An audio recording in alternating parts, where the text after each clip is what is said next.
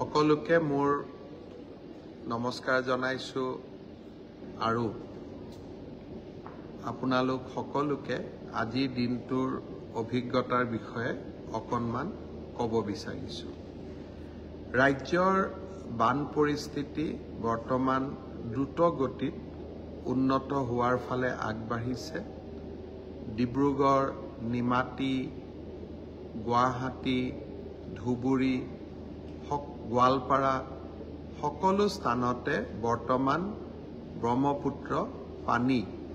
বিপদসীমাৰ তলেদি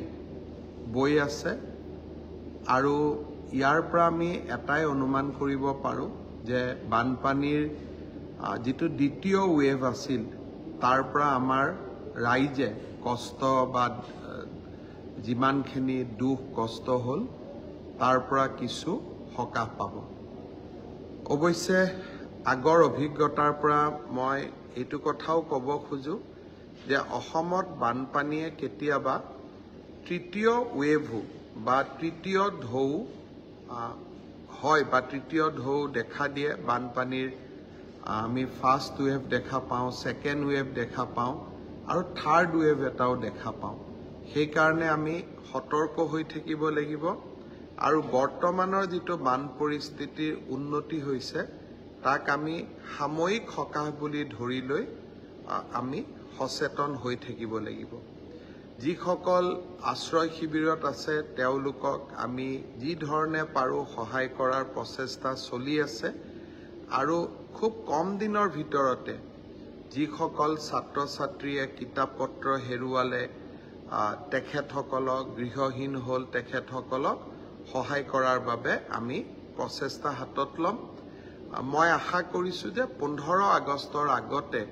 আমি গোটেই সাৰ্ভে বা যিটো জৰীপ সম্পূৰ্ণ কৰি আমি দুখীয়া দৰিদ্ৰ ৰাইজক আমি সহায় কৰিব পাৰিম। আপোনালোক সকলোৱে জানে যে 2016 চনৰ পৰা অসমৰ মহাবিদ্যালয়সমূহত আমি বিনামূলীয়া নামভৰ্তিৰ এটা প্ৰক্ৰিয়া আৰম্ভ কৰিছিলোঁ। প্ৰথমতে আমি ফাৰ্ষ্ট ইয়াৰৰ ষ্টুডেণ্টক degree first year, higher secondary first year, post গ্ৰেজুৱেটৰ ফাৰ্ষ্ট ইয়াৰৰ ষ্টুডেণ্টক আমি বিনামূলীয়া নামভৰ্তিৰ সুবিধা দিছিলোঁ। পিছত ছাত্ৰ ছাত্ৰীৰ অনুৰোধৰ প্ৰতি লক্ষ্য ৰাখি আমি থাৰ্ড ছেমিষ্টাৰ আৰু ফিফ্থ ছেমিষ্টাৰতো আমি নামভৰ্তি বিনামূলীয়া কৰিছিলোঁ। মহাবিদ্যালয়সমূহৰ অধ্যক্ষসকলে আপত্তি কৰিছিলে যে তেওঁলোকে নামভৰ্তিত বিনামূলীয়া কৰাৰ বাবে বহুত টকা তেওঁলোকৰ ক্ষতি হয় আৰু চৰকাৰে যি ক্ষতিপূৰণ তেওঁলোকক দিয়ে সেইটো বহুত দিন পিছত দিয়ে বাবে মহাবিদ্যালয়সমূহ চলোৱাত অসুবিধা হয়। সকলোৰে ওজৰ আপত্তি মই শুনিছিলোঁ আৰু সেইকাৰণে এইবাৰ আমি সিদ্ধান্ত লৈছিলোঁ যে নামভৰ্তি হোৱাৰ লগে লগে বিনামূলীয়া নামভৰ্তিৰ বাবদ কলেজসমূহে যি ক্ষতিৰ সন্মুখীন হয় সেই ধন আমি লগে লগে মহাবিদ্যালয়সমূহক উভতাই দিম। সমৰ্থ পৰ্টেলত এইবাৰ নামভৰ্তি হোৱাৰ কাৰণে কোন মহাবিদ্যালয়ত কিমান বিনামূলীয়া নামভৰ্তি হ'ল তাক স্পষ্টভাৱে আমি জানিবলৈ পাৰিছিলোঁ। এই বছৰ ৰেচন কাৰ্ড দেখুৱাই বা ইনকামৰ চাৰ্টিফিকেট দেখুৱাই যিসকল 4 লাখ টকাতকৈ দেউতাক মাকৰ উপাৰ্জন কম তেনে 95,000 ছাত্ৰ ছাত্ৰীয়ে বৰ্তমানলৈকে বিনামূলীয়া নামভৰ্তিৰ সুবিধা লৈছে। আজি সেই 95,000 ছাত্ৰ ছাত্ৰীৰ বিনামূলীয়া নামভৰ্তিকৰণৰ বাবদ আমি 60 কোটি টকা মহাবিদ্যালয়সমূহৰ অধ্যক্ষসমূহক দিছপুৰলৈ মাতি আনি আমি উভতাই দিওঁ। অৰ্থাৎ বিনামূলীয়া নামভৰ্তিকৰণো হ'ল, মহাবিদ্যালয়সমূহো সুকলমে চলি থাকিব পাৰিব। আগষ্ট মাহত কুৱেটৰ জৰিয়তে আৰু এটা নামভৰ্তিকৰণ হ'ব। মই আজি মহাবিদ্যালয়ৰ অধ্যক্ষসকলক কৈছোঁ যে কুৱেটৰ পিছত পৰৱৰ্তী নামভৰ্তিও আপোনালোকে বিনামূলীয়াকৈ কৰি দিব। আমি 10 ছেপ্টেম্বৰত আপোনালোকক দ্বিতীয় কিস্তিও টকা আমি উভতাই দিম ঠিক তেনেদৰে থাৰ্ড সেমিষ্টাৰ আৰু ফিফ্থ সেমিষ্টাৰত ডিগ্ৰী যেতিয়া নামভৰ্তি হ'ব বিনামূলীয়া নামভৰ্তি হ'ব আৰু লগে লগে তাৰো ধন আমি মহাবিদ্যালয়সমূহক উভতাই দিম আজি মই মহাবিদ্যালয়ৰ অধ্যক্ষসমূহক অনুৰোধ কৰিছো যে মই যোৱাবাৰ বিনামূলীয়া নামভৰ্তিকৰণৰ কথা কওঁতে ফেচবুকত বহুতে কমেন্ট দিছিলে যে মামা বিনামূলীয়া নামভৰ্তি যদিও হৈছে কলেজবিলাকে কিন্তু আমাৰ পৰা 600 টকা লৈছে 1000 টকা লৈছে আজি মই মহাবিদ্যালয়ৰ অধ্যক্ষসমূহক কৈছো যে বিনামূলীয়া নামভৰ্তি মানে বিনামূলীয়া নামভৰ্তি সৰস্বতী পূজাৰো পইচা মেগাজিনৰ পইচাও অতিৰিক্তকৈ ল'ব নালাগে আপোনালোকে যদি কাৰোবাৰ পৰা 600 টকা লৈছিলে 1000 টকা লৈছিলে এই টকাবোৰ যাতে গৈ পেলাই আপোনালোকে উভতাই দিয়ে যোৱাকালি এই ধৰণে অতিৰিক্ত ছাত্ৰ ছাত্ৰীসকলৰ পৰা বিনামূলীয়া নামভৰ্তিকৰণৰ পিছতো অতিৰিক্তকৈ 600-1000 টকা লোৱাৰ বাবে আমি পূব বংশৰ কলেজৰ অধ্যক্ষগৰাকীক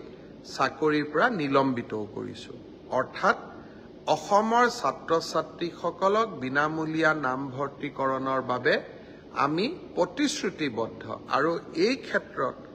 আমি কতো কম্প্ৰমাইজ নকৰো আৰু কোনোবাই যদি কম্প্ৰমাইজ কৰে আমি ব্যৱস্থা লবলৈ কুণ্ঠাবোধ নকৰো আজি দিনটোত আমাৰ কেবিনেটৰো বৈঠক আছিল কেবিনেটত আমি এটা সিদ্ধান্ত লৈছিলো যে অসম চৰকাৰৰ কৰ্মচাৰীসকলক যাতে তেওঁলোকে এটা ঘৰ বনাব পাৰে নিজৰ তাৰ বাবে বেংকৰ পৰা যাতে লোন ল'ব পাৰে উইদাউট মৰ্টগেজ তাৰ কাৰণে আমি আপোন ঘৰ নামৰ এটা স্কিম আৰম্ভ কৰিছিলো 40,000 চৰকাৰী কৰ্মচাৰীয়ে ইতিমধ্যে আপোন ঘৰৰ ঋণৰ সুবিধা লৈছে আৰু বেংকৰ পৰা 5,600 কোটি টকাৰ ঋণ আমাৰ চৰকাৰী কৰ্মচাৰীসকলে লৈছে আৰু এই ঋণৰ বাবদ যিটো মাহেকীয়া কিস্তি তাক আমি দৰমহাৰ পৰা কাটি দিওঁ কৰ্মচাৰীসকলে মোক অনুৰোধ কৰিছিল যে এই সীমা 15 লাখ টকাৰ পৰা 30 লাখ টকা কৰিব লাগে যাতে উইদাউট মৰ্টগেজ তেওঁলোকে লোন ল'ব পাৰে ঘৰ বনাবৰ বাবে আজি কেবিনেটে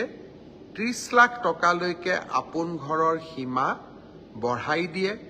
চৰকাৰী কৰ্মচাৰীসকলে ইয়াৰ সুবিধা ল'ব পাৰিব আৰু আপোন ঘৰ আঁচনিত 1% সুদ ৰেহাইও চৰকাৰৰ ফালৰ পৰা দিয়া হয় চৰকাৰী কৰ্মচাৰীসকলে আপোন ঘৰ আঁচনিৰ সুবিধা লওক মই নিশ্চয় আশা কৰিম অসম কৃষি বিপণন পৰিষদৰ কৰ্মচাৰীসকলেও বহুত দিন দৰমহা পোৱা নাছিল তেওঁলোকৰ বাবেও ভিআৰএছৰ আজি এটা নতুন পেকেজ কেবিনেটে মঞ্জুৰি কৰে যিহেতু মাৰ্কেটিং বোৰ্ডখন আগৰ দৰে চলাই ৰাখিব পৰা নাযায় উচ্চ ন্যায়ালয়ৰ এটা নিৰ্দেশৰ কাৰণে সেইকাৰণে মই ভাবো যে মাৰ্কেটিং বোৰ্ডৰ কৰ্মচাৰীসকলে এই ভিআৰএছৰ সুবিধা লৈ তেওঁলোকে পৰিয়ালটো চলাব পাৰিব ঘৰখন চলাব পাৰিব মই সকলোকে ভিআৰএছৰ সুবিধা ল'বৰ বাবে আহ্বান জনাইছো যোৱা পৰহি মই ফেচবুক লাইভত এটা কথা উল্লেখ কৰিছিলো যে অসম চৰকাৰৰ তৃতীয় আৰু চতুৰ্থ শ্ৰেণীৰ যি পৰীক্ষা হ'ব তাত আমি লোকসেৱা আয়োগৰ আৰ্হিত প্ৰিলিমছ আৰু মেইনছ আমি অনুষ্ঠিত কৰিম দুই এজন ব্যক্তিয়ে মোক জনাইছে যে পৰীক্ষাত নতুন নিয়ম এই বছৰ কৰিব নালাগে কাৰণ আৰু যিহেতু দুমাহ আছে গতিকে আমি পুৰণা বা আগৰবাৰৰ দৰে পৰীক্ষা পতাটো উচিত হ'ব আমাৰ চৰকাৰখনে সদায় ৰাইজৰ কথা শুনিবৰ বাবে চেষ্টা কৰে কাৰণ আমি বিশ্বাস কৰো লাও যেনেকে পাতৰ তলত থাকে চৰকাৰো ৰাইজৰ তলত থাকে ৰাইজৰ ঊৰ্ধ্বত নহয় যিসকলে মোক এই পৰামৰ্শটো দিছিল দুই এজনে অলপ গালিগালাজো কৰিছে আৰু কিছুমানে ভালকৈ পৰামৰ্শটো দিছে গালিগালাজ কৰা সকলকো মোৰ মৰম জনাইছো আৰু ভালকৈ কোৱা সকলকো মোৰ সন্মান জনাইছো আপোনালোকৰ পৰামৰ্শ অহা 2-3 দিনত আমি বিবেচনা কৰিম আৰু যেহেতু পৰামৰ্শটোত মেৰিট আছে যে হয় 2 মাহ থাকোতে পৰীক্ষাৰ প্যাটাৰ্ন এটা সলনি কৰিব নালাগে বিষয়টো আমি ডেফিনেটলি আমি বিবেচনা কৰি অহা 2-3 দিনতে আপোনালোকক ইয়াৰ সিদ্ধান্তৰ বিষয়ে মই অৱগত কৰিম আজি দিনটোত ছাত্ৰ ছাত্ৰীসকলৰ কল্যাণৰ কাৰণে আমি আৰু 2খন মিটিং কৰিছিলো আমি প্ৰত্যেক বছৰে আনন্দৰাম বৰুৱা বঁটা দিওঁ উচ্চ মাধ্যমিক পৰীক্ষাত ভাল ৰিজাল্ট কৰা ষ্টুডেণ্টসকলক আৰু হায়াৰ সেকেন্ডাৰী ছোৱালীসকলক ফাৰ্ষ্ট ডিভিজন পালে আৰু ষ্টাৰ পালে ল'ৰাসকলক আমি স্কুটি দিওঁ এই 2খন আঁচনিৰ সুবিধা আমি যাতে 30 নৱেম্বৰৰ আগতে ছাত্ৰ ছাত্ৰীসকলক দিব পাৰো তাৰ বাবে আজি আমি আৰু 2খন মিটিং কৰিছিলো মই ভাবো যে 30 নৱেম্বৰৰ আগতে আমি 2খন আঁচনিৰ সুবিধা ছাত্ৰ ছাত্ৰীসকলক দিব পাৰিম বহু সময়ত কিছুমান বাতৰি কাকত আদিয়ে প্ৰচাৰ কৰে যে চৰকাৰে নাম ভৰ্তি কৰি চৰকাৰে টকা সংগ্ৰহ কৰে চৰকাৰৰ ৰাজহলৈকে টকা আনে কিন্তু আজি আমি বিনামূলীয়া নাম ভৰ্তিৰ টকা